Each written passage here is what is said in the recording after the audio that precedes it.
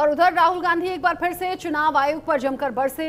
राहुल गांधी ने चुनाव आयोग पर निशाना साधते हुए वोट चोरी और वोटर लिस्ट में हेराफेरी के कई गंभीर आरोप लगा दिए। इस दौरान उन्होंने मुख्य चुनाव आयुक्त ज्ञानेश कुमार समेत तीनों आयुक्तों को भी चेतावनी दी। राहुल गांधी ने कहा कि तीनों चुनाव आयुक्त सुन लें, जब भी केंद्र में और बिहार में सरकार बदलेगी तो मुख्य चुनाव आयोग पर बड़ा एक्शन होगा, ये कड़ा एक्शन हो सकता है। गया जी में राहुल ने कहा, एक बात आप जानते हो कि मैं मंच से झूठ नहीं बोलता। वोट चोरी संविधान पर हमला है। संविधान 3000 साल पुरानी आत्मा है, इसीलिए संविधान पर हमला भारत माता पर हमला है, जो हम होने नहीं देंगे। महाराष्ट्र में लोकसभा और विधानसभा चुनाव के बीच 1 करोड़ वोटर पैदा हो गए, ऐसा राहुल गांधी ने बोला। साथ ही लोगों से पूछ भी लिया कि क्या आप बिहार में वोट चोरी होने दोगे। महाराष्ट्र विधानसभा चुनाव हुआ तो हमें पता चला कि गड़बड़ी चल रही है। लोकसभा चुनाव और महाराष्ट्र विधानसभा चुनाव के बीच में इलेक्शन कमीशन ने 1 करोड़ वोटर चोरी से पैदा कर दिए।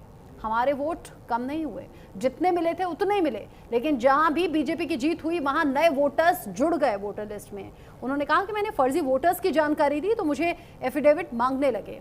आगे उन्होंने कहा कि मैंने कर्नाटक की एक सीट पर रिसर्च शुरू की तो 1 लाख से ज्यादा फर्जी वोटर एक विधानसभा क्षेत्र में चुनकर निकाले। 5 तरीके से फर्जी वोटर खड़े किए जा रहे हैं। उन्होंने कहा, मैंने आयोग को इसकी जानकारी दी तो चुनाव आयोग ने नेता प्रतिपक्ष की बात नहीं सुनी, उल्टे मुझे कहते हैं कि आप एफिडेविट दो, जिम्मेदारी उनकी है, चोरी उनकी पकड़ी गई, उल्टे मुझे एफिडेविट देने के लिए कह रहे हैं। राहुल गांधी ने कहा कि मैं इलेक्शन कमीशन से ये कहता हूं कि पूरा देश उनसे एफिडेविट मांगने का काम करेगा। हर विधानसभा क्षेत्र में उनकी चोरी पकड़ी जानी है।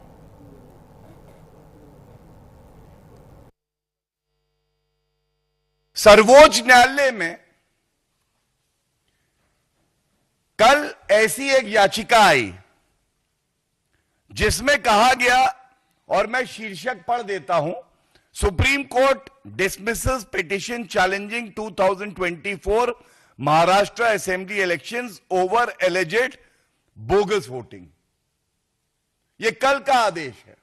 एक याचिकाकर्ता गया, उसने कहा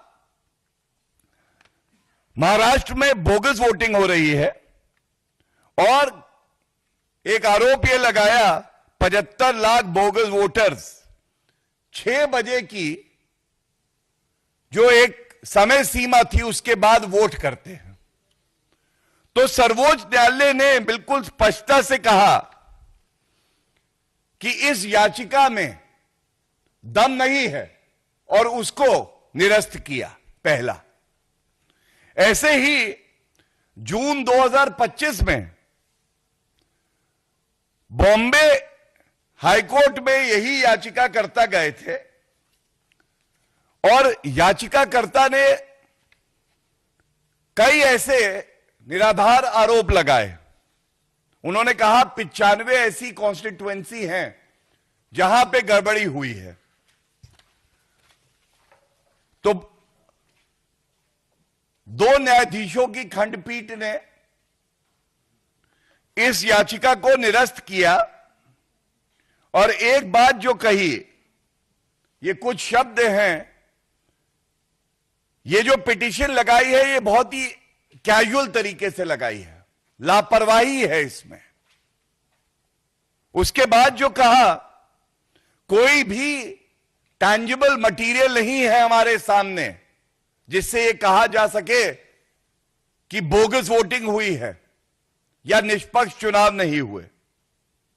और सबसे बड़ी बात है, न्यायालय ने कहा कि इस तरह की जब याचिकाएं आती हैं तो न्यायालय का जो बहुमूल्य समय है इसको नष्ट किया जाता है और यह दुरुपयोग है न्यायिक प्रक्रिया का। अब आप देखिए कैसे झूठ की, मोहब्बत की नहीं, झूठ की एक दुकान या शोरूम चला रहे हैं राहुल गांधी। इन तीनों से मैं कह रहा हूं, आप एक बात समझ लो, मोदी जी की सरकार है वो सब ठीक है। तेजस्वी जी ने कहा आपने बीजेपी की मेंबरशिप ले रखी है, आप बीजेपी के लिए काम कर रहे हो, मगर एक बात समझ लो, एक दिन ऐसा आएगा जब यहां पे बिहार में और दिल्ली में इंडिया गठबंधन की सरकार होगी, फिर हम आप तीनों को देखेंगे कार्रवाई आपके खिलाफ कर